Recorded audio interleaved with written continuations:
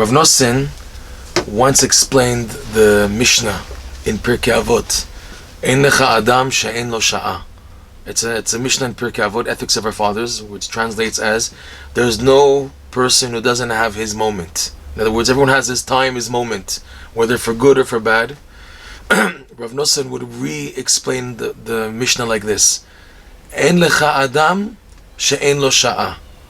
There is no ein lecha adam, there is no man here she'ein lo sha'a, if he doesn't have a time. In other words, a person who doesn't watch his time, he's not considered a man. What that means, Rav Nosson says, is that a person has to make sure he watches his time, to use his life, his lifetime properly, investing it in the right thing, and not letting it to go to waste on vanities and stupidities. Namely, if now a person realizes that the goal of this world is as a preparation for the world to come, and what you do in this world will determine what's waiting for you in the world to come, so the wise person will do the maximum to invest every moment possible in doing items, in being involved in items which are conducive to getting to the world to come. Namely, Torah, mitzvot, masim tovim, being involved in what we know to be eternally good, which is Torah study, prayer, doing acts of goodness and chesed. So this is in line with what Rav Nosson said, that a person has to watch their time. In other words, use every second that you have wisely. Use it. You have time, break down your time. Don't let time go to waste. Don't float around. Have what's called a seder. A seder means to have a schedule for the day.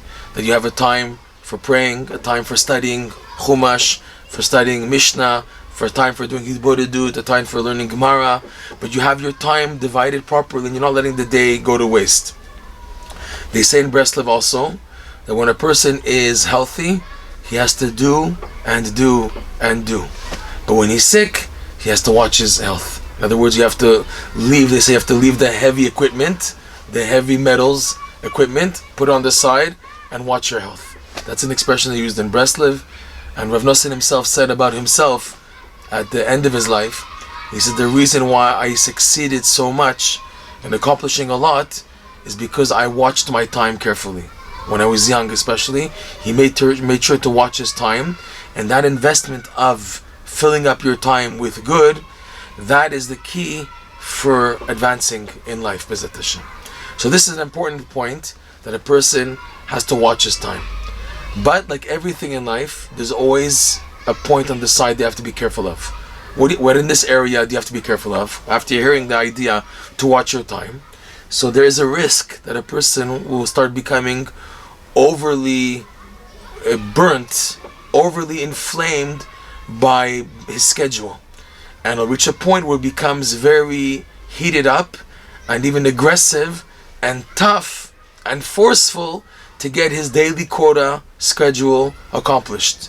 In other words, he loses the simcha, the joy of what he's doing, of actually living what he's going through with joy, and he loses that because he's so concerned. No, we have to get on, do things, and I have to do this, I have to do that, and because of the heat of the burning enthusiasm that a person has in accomplishing and getting things done, so he can forget the point that you also have to be happy, and you have to be able to know a balance. You see, it's tricky. It's on one hand you have to do a lot and to do your maximum, but on the other hand you need to constrict your enthusiasm in order to appreciate and not get angry when things don't work out like in your schedule, like you've set out and you've planned in your schedule to do. And when things don't work out, to be able to handle it with the equal joy as when you're doing it with joy also.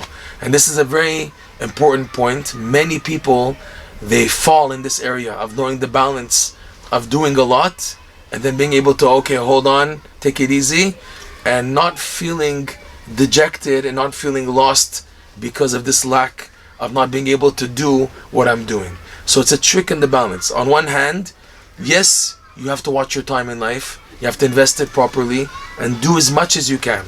But on the other hand, when things don't work out, when there's obstacles in doing things like you'd like to do, to be able to accept it with emunah and ahava, with faith and joy and love, that Hashem is guiding, that it's you doing, But when things don't work out, or there's obstacles in doing it, it's a reminder that Hashem is the one who's really doing everything. Hashem is the one in charge, and you're doing it as if you're doing.